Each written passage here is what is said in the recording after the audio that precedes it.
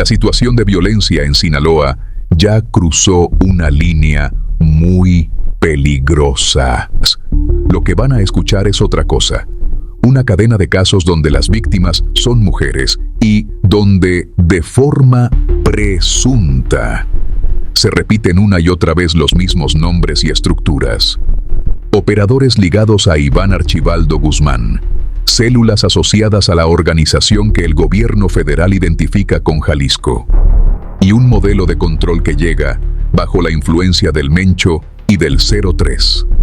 Lo que empezó como una supuesta alianza para reforzar territorios, terminó convirtiéndose en una puerta abierta para prácticas que antes veíamos en otros estados, y hoy se normalizan en Culiacán, en El Rosario y en Navolato. Soy el licenciado Noé Ramírez. Sinaloa Leaks es un medio digital de periodismo independiente, integrado por un equipo de comunicadores y colaboradores cansados de no ver la realidad completa en los discursos oficiales. Aquí no repetimos boletines, documentamos hechos, revisamos expedientes públicos, consultamos fuentes ciudadanas bajo anonimato y contrastamos versiones oficiales para acercarnos, con criterio periodístico y lenguaje cuidado, a lo que muchos prefieren mantener en sombra. Nuestro enfoque es claro: seguridad, política y vida pública en Sinaloa y en México, con reportajes, análisis y seguimiento puntual a casos que suelen quedar fuera de la conversación oficial. Todo lo que vamos a narrar está documentado: carpetas, reportes oficiales, testimonios ciudadanos y trabajo de campo. Y lo más grave es esto: mujeres trabajadoras, madres y vecinas están perdiendo la vida en escenarios donde el conflicto lo detonan otros, pero la cuenta la paga el pueblo. Lo que se perdió aquí ya no es solo una plaza. Son los pocos códigos que quedaban. Martes 4 de noviembre. Municipio de El Rosario, Comunidad de las Habitas. De acuerdo con los registros oficiales y con testimonios recabados por Sinaloa Leaks, durante la madrugada se escucharon detonaciones en la zona. Nadie salió. Nadie quiso asomarse. La gente ya sabe que la curiosidad puede costar la vida. Por la mañana, familiares ingresaron a una vivienda y encontraron sin vida a María Manuela, de 46 años, vecina del propio pueblo. Presentaba lesiones producidas por proyectiles, claramente asociadas a una agresión directa dentro de su casa. En el patio había 2 motocicletas completamente calcinadas. No fue un accidente. Fue un intento deliberado de dejar un escenario de intimidación. Un mensaje de que ahí se había tomado el control por la fuerza y de que nadie debía preguntar demasiado. Según fuentes locales consultadas bajo anonimato, esta zona ha sido presionada por estructuras vinculadas a operadores conocidos como el Guropín y el Beni 17, relacionados con la llamada chapiza. Pero desde que la línea de Iván Archibaldo aceptó el ingreso de refuerzos del modelo Jalisco, la situación se degradó todavía más. Más foráneos. Más descontrol. Menos memoria de quién es quién en el pueblo. Antes, aunque hubiera abusos, los operadores al menos conocían a la gente y de vez en cuando había freno. Hoy, con tanto movimiento de células externas, la lógica es otra. Llegan, imponen, se retiran y el miedo se queda. María no estaba en un punto de enfrentamiento. No tenía un rol visible dentro de ninguna estructura. Perdió la vida en el lugar donde debía estar más protegida: su casa. El mensaje para El Rosario es claro. Cuando se mezclan decisiones tomadas desde la comodidad de quienes dirigen a distancia con refuerzos de fuera, las primeras en quedar vulnerables son las mujeres de la comunidad. Mismo martes 4 de noviembre, pero ahora en Culiacán, Colonia 21 de marzo, esquina de Eulogio Parra y Ejército Nacional. Una esquina cualquiera, banqueta, puesto de comida, gente buscando el día a día. Ahí trabajaban Pamela María, de 28 años, y Johanna Carelli, cercana a los 40, vendiendo frijol, aguacate y productos básicos. De acuerdo con las versiones recabadas, personas armadas que se desplazaban en motocicleta llegaron al punto y realizaron una agresión directa contra el lugar donde ellas se encontraban. Pamela Pamela perdió la vida en el sitio. Johanna fue trasladada a un hospital, pero no logró sobrevivir a las lesiones. Todo a plena luz del día, alrededor de las 4 de la tarde. Esta zona ya no está bajo el control de los chapitos. Es un sector donde la Malliza consolidó presencia y donde la estructura ligada a Jorge Canovio, el Bronto, perdió oficinas y puntos estratégicos. Fuentes de análisis territorial señalan que este tipo de agresiones no parecen un simple error, ni un fuego cruzado. Tienen el sello de represalia y de desquite. No hay evidencia de que Pamela o Johanna formaran parte de alguna estructura armada.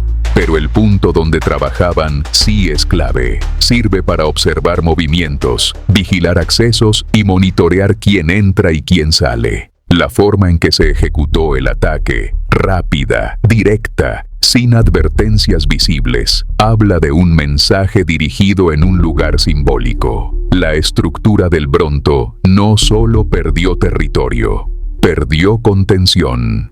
Y cuando una línea se acostumbra a descargar su frustración en mujeres que solo están trabajando en una esquina, lo único que demuestra es la profundidad de su propia caída. Pamela y Johanna no fueron pieza de guerra, fueron utilizadas como señal, una advertencia desesperada de una estructura que ya no sabe cómo mostrar fuerza sin castigar al más vulnerable. Domingo 23 de noviembre, Culiacán, Infonavit Cañadas. En uno de esos andadores donde todo mundo sabe quién manda y qué puertas es mejor no tocar. Los vecinos escucharon durante la madrugada música, convivencia, gente entrando y saliendo de un departamento que la propia colonia identifica como punto de operación. Horas más tarde se reportaron detonaciones, y luego llegó el silencio. Al interior del departamento fue localizada sin vida Verónica, de 50 años, con lesiones compatibles con una agresión letal. Lo más revelador no es solo eso, sino cómo la encontraron, con restos de tela en muñecas y tobillos. Indicios claros de que fue restringida y sometida antes de perder la vida. De acuerdo con información de campo, ese departamento es conocido por los habitantes como una de las oficinas relacionadas con Teo Muletas, célula vinculada a la estructura de los chapitos. Ahí se refugian operadores, ahí se coordinan movimientos, y ahí se resguardan decisiones que afectan al barrio. La secuencia es evidente: una convivencia, una mujer que no puede salir, un momento de ruptura y un desenlace letal dentro de un espacio controlado por una estructura armada. Verónica no fue alcanzada por un enfrentamiento entre bandos en la calle. Fue una mujer atrapada en un lugar donde otros deciden quién entra y quién no vuelve a salir. La caída de los chapitos no solo se mide por topones perdidos en la sierra, también por este tipo de escenas dentro de sus propias zonas de influencia. Mujeres sometidas y silenciadas dentro de espacios que ellos mismos usan como base. Si esto ocurre en su oficina, la pregunta es, ¿qué están permitiendo fuera de ella? Lunes 24 de noviembre. De nuevo Culiacán, ahora en la colonia Renato Vega Amador, zona sur. Alrededor de las 2 de la tarde, mientras el movimiento en la calle era el habitual, Rosa Angélica, de 28 años, esperaba afuera de un taller mecánico. De acuerdo con los reportes, aguardaba la entrega de un vehículo. No estaba huyendo, no formaba parte de un operativo, no iba armada, estaba haciendo un trámite cotidiano. En la calle Abedules, entre Gorrión y Golondrina, personas armadas se acercaron y realizaron una agresión directa en su contra. Rosa quedó sin vida en ese mismo punto, frente a una vivienda que ni siquiera era su casa, con la ropa con la que había salido a resolver un pendiente. En este caso, no hubo intercambio entre grupos ni choque frontal en la vía pública. Lo que vemos es un patrón: identificar, ubicar y atacar con total frialdad. Sinaloa Leaks ha documentado cómo varias de estas agresiones se concentran en zonas donde operan células ligadas a Iván Archibaldo, y puntos donde se han incorporado refuerzos bajo la influencia del modelo Jalisco. La forma de proceder encaja con esa lógica. La víctima es localizada, se espera el momento con menos ruido y se ejecuta la agresión en segundos. Para quienes toman estas decisiones a distancia, Rosa es un número más. Para su familia, es una vida arrancada sin explicación. Martes 25 de noviembre. Culiacán, sector surponiente, Colonia Pemex. Una mujer adulta, de complexión robusta y tez morena, no identificada públicamente hasta el momento, fue hallada sin vida en la vía pública. Según los reportes, fue trasladada en un vehículo, dejada en un punto específico, y ahí perdió la vida en condiciones violentas. A un lado del cuerpo se localizó una cartulina verde fosforescente con letras negras. Un mensaje dirigido a alguien. El contenido de ese texto, hasta ahora, no se ha difundido de manera oficial o no se ha querido revelar. La escena se ubicó en César López de Lara, entre Constituyentes y Heriberto Jara. Un punto clave en un sector que la chapiza ya no controla y donde la malliza mantiene presencia sólida. Cuando una estructura pierde terreno y no puede recuperar por vía frontal, suele optar por este tipo de montajes. Agresiones contra civiles en puntos visibles, acompañadas de mensajes que rara vez se explican al público. No es un asalto. No es un robo frustrado. No hay indicios de un conflicto vecinal. Hay una mujer sin vida y una cartulina cuya lectura se reserva. Este tipo de escenas funcionan como propaganda criminal. Buscan recordar que, pese al reacomodo, siguen teniendo alcance para generar miedo. Y otra vez, quien termina en el piso no es quien ordena la acción, sino quien menos capacidad tiene de defenderse.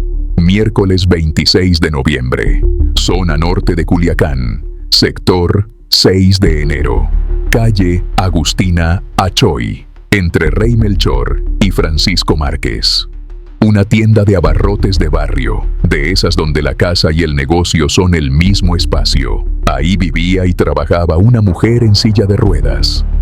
Su nombre no se ha difundido públicamente, pero sí la forma en que terminó la jornada. Un individuo ingresó al negocio y realizó una agresión directa en su contra mientras ella atendía el lugar. Quedó sin vida dentro de su propio espacio de trabajo, frente a los productos que vendía día con día. Fuentes de la zona señalan que ese sector está bajo influencia de los Ranas, y en particular del Coco Ranas, operador cercano a Texas. Texas, de acuerdo con reportes de inteligencia, se ha movido entre Guadalajara y Sinaloa con respaldo del 03, trayendo consigo refuerzos y prácticas asociadas al modelo de Jalisco. Frente al negocio, había una máquina de peluches, de las que sustituyeron a las viejas tragamonedas. En la lógica de estas estructuras, esas máquinas no son juego, son negocio, control y cobro. Lo que nos han explicado fuentes consultadas es que aquí ya no se pelea solo el territorio, sino el control de ese ingreso. ¿Quién pone la máquina? ¿Quién cobra? ¿Quién autoriza? Para las células asociadas a Jalisco, no cuenta si la tienda es de una mujer, si tiene una discapacidad o si ese local es su única fuente de sustento. Si no está bajo su esquema, lo leen como desafío. Lo que ocurrió en esa tienda no fue un robo improvisado, fue un mensaje, un castigo dirigido a cualquiera que intente operar fuera de la línea que ellos marcan.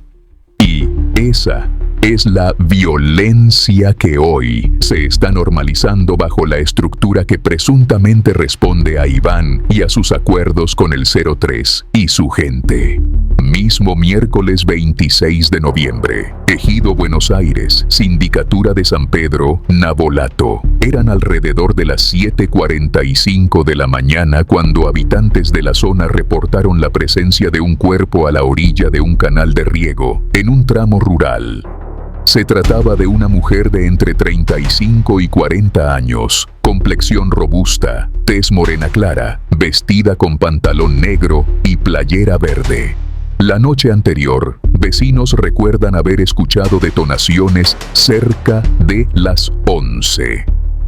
La reacción fue la misma de siempre. Nadie salió. Nadie reportó. Hasta que la luz del amanecer dejó ver lo que había quedado junto al canal, a unos 100 metros de la carretera vieja a Navolato. Este caso no se puede tratar como un hecho aislado. Se suma a una serie de agresiones que muestran el mismo patrón. Zonas donde se mueven operadores ligados al Bronto. Presencia de Texas y de refuerzos desde Guadalajara. Influencia financiera de Víctor Lindoro y de Víctor Félix. Y el reacomodo de un Navolato que dejó de ser bastión estable de la chapiza para convertirse en un territorio saturado de intereses. La factura la pagan mujeres como ella, que aparecen sin vida en zonas rurales, sin nombre difundido y sin contexto oficial claro.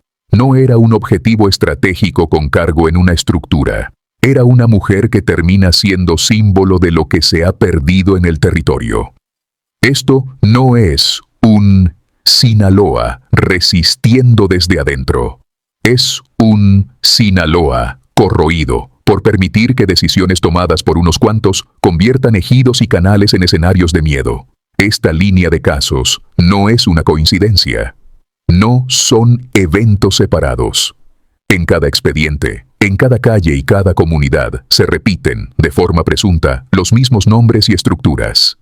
El Bronto, Víctor Félix, Texas, Víctor Lindoro, células vinculadas al Coco Ranas, refuerzos que llegan con el sello del 03 y, sobre todo, la sombra de Iván Archibaldo, que abrió la puerta para que el modelo de Jalisco se instalara dentro de su propia estructura. Desde lejos, a través de radios, mensajes y llamadas, se mueven las piezas. En el mapa, las líneas pueden parecer estrategia. En el territorio, las que están quedando sin voz son las mujeres. Ya no se trata solo de cobros, extorsión o reclutamiento. La agresión contra mujeres se está utilizando como herramienta de control, como forma de mandar mensajes, como castigo para comunidades enteras. En paralelo, estas mismas estructuras han montado redes completas de propaganda. Páginas, canales y perfiles en Facebook, en X, en Instagram, en TikTok, en grupos de mensajería, donde todos los días se empujan versiones extraoficiales que intentan justificar lo injustificable y culpar a quien convenga en cada momento. Cuando algo no se confirma, dicen que fue rumor. Cuando un dato se cae, cambian la versión. Pero el objetivo es el mismo: proteger la imagen de quienes toman las decisiones y confundir a la opinión pública sobre quién está pagando realmente la cuenta. La realidad es que, cada vez que una mujer pierde la vida en estos escenarios, se derrumba un poco más el relato triunfal que intentan sostener. Porque el que necesita inventar historias para cubrir sus pasos, ya perdió. Soy el licenciado Noé Ramírez. Esto es Sinaloa Leaks, un proyecto de periodismo independiente que investiga lo que otros prefieren mantener en silencio. Mientras unos gastan recursos en propaganda, nosotros vamos a seguir documentando nombres, rutas y patrones para que estas mujeres no se conviertan solo en una cifra más en la estadística del miedo.